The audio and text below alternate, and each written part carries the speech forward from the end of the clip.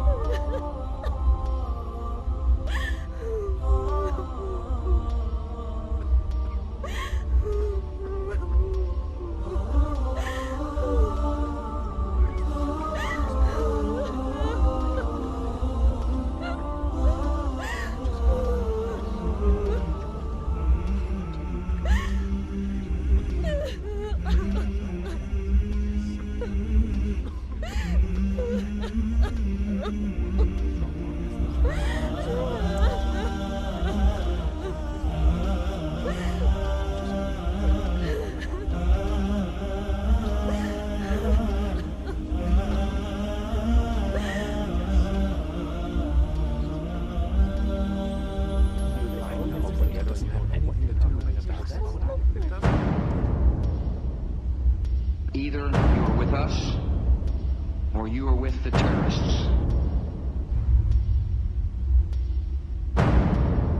Either you are with us, or you are with the terrorists.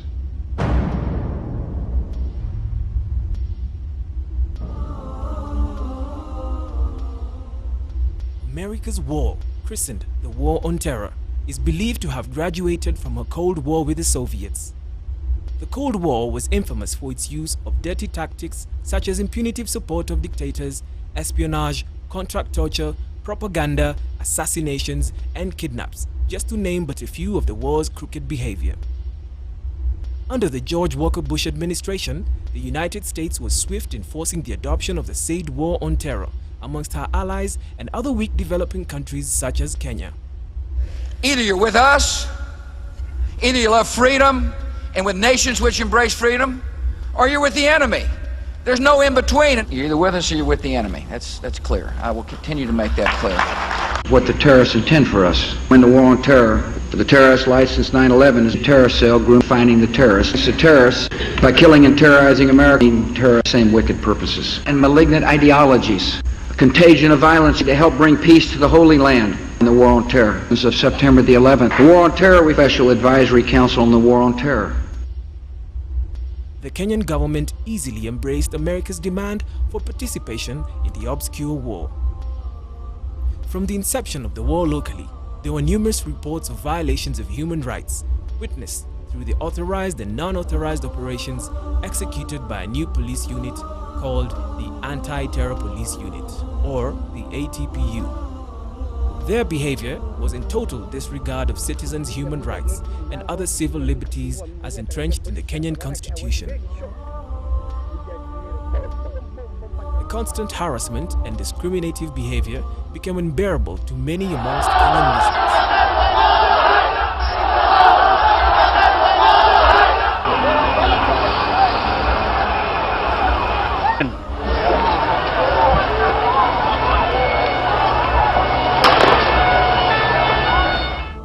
This necessitated formation of a human rights platform to speak out and put the counter-terrorism fight under judicial check.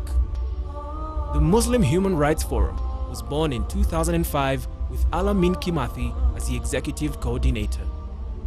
The rights body was actively involved in human rights championing for both Muslims and non-Muslims alike.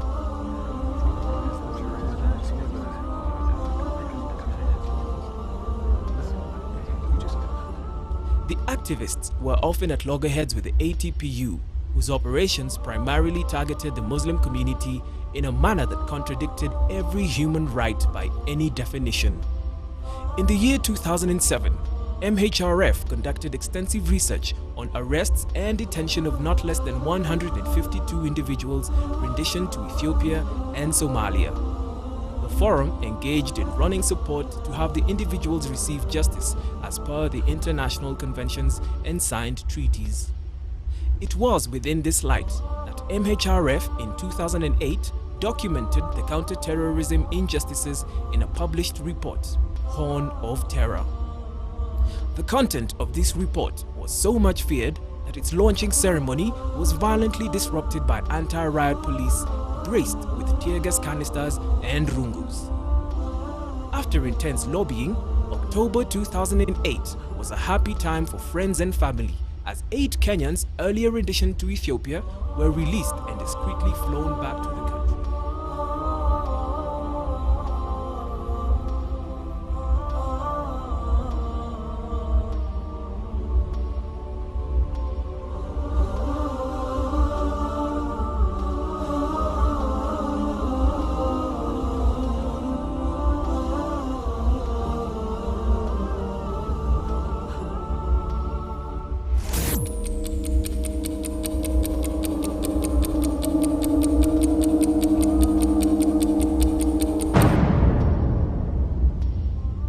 Fast forward December 2009.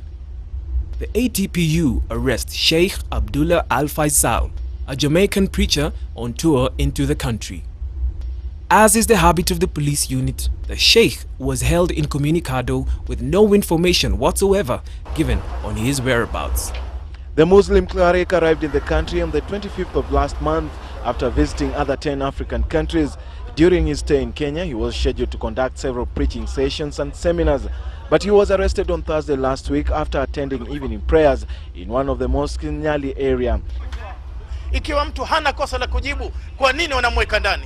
Kwa kuwa yeye ni Muislamu au to be a Muslim in Kenya inakuwa hii ni kosa. The Muslim leaders are now questioning the government's motive in arresting the cleric and detaining him for 2 days without preferring any legal charges since his travel documents were in order. Sisi tutakwenda kwa njia za kisheria na wakijaribu kumsafirisha leo au kesho, kwa sababu wanajua hakuna koti leo na kesho, pia tutajua kwamba wamefanya kusudi. Desperate calls to know of his location or have him produced in court or consequently have him released were totally disregarded. Attempts to file court applications to oversee the same bore no fruit. Muslim activist Alamin Kimathi filed a case challenging his deportation. But it became apparent that he will not be making the eagerly awaited appearance after all, with State Counsel Edwin Okello saying the anti-terrorism police unit had deported Al-Faisal aboard the Gulfstream jet at noon. What I said in court is no longer in Kenya, it's been taken out. And I produced documents confirm that he's no longer in Kenya. What time did he leave? He left midday. His comments drew sharp reactions from Sheikh Faisal's lawyers and the Muslim human rights activists. We really are insisting that we need to have flight manifests which will indicate other passengers on the same flight, or if there were none, if it's a special flight, then we should also know the crew. That's not all. Just an hour prior to the court hearing, the immigration minister spoke to Citizen TV, clearly indicating Faisal was still in the country as he grappled with the question of when he will be deported. We do not know when Al-Faisal will leave the country because we are still negotiating with everybody that may assist us. Kajwang said that countries in a position to facilitate his passage to Jamaica, including the US, UK and Cuba, were still reluctant, and the government was not ready to hire a private jet to transport him. All these were not specified in court. The court has now ordered the state to also produce further details on who escorted the cleric by Tuesday next week. Human rights campaigners and a lawyer insist that Sheikh Abdullah Al-Faisal is being held in solitary confinement in an immigration cell block here at Kenya's International Airport. But all their demands to see the Muslim cleric prove fruitless. A police spokesperson was unavailable for comment, but in an earlier statement had said Al-Faisal had already been deported. The person we want to access is detained here. This delegation claimed misinformation is being put out by the authorities. Al-Faisal has been denied transit visas by the UK, South Africa and also Tanzania, from where he originally entered Kenya on December the 24th at a land border crossing without being stopped. Muslim human rights campaigners and their legal team claim that a highly placed source has told them that what the Kenyan authorities have in mind amounts to rendition. They're just either facilitating an enforced disappearance or a rendition. And is that what you suspect is going on? That's what we suspect is going on, because we have information that he is supposed to be on a flight to Somalia tomorrow morning. Because of being on the so-called no-fly watch list, the option left for the Kenya government would be to dump him in a lawless country like Somalia or another part of the Somali region. Because otherwise no other function or government is going to accept him to fly over their airspace. While the lawyer and human rights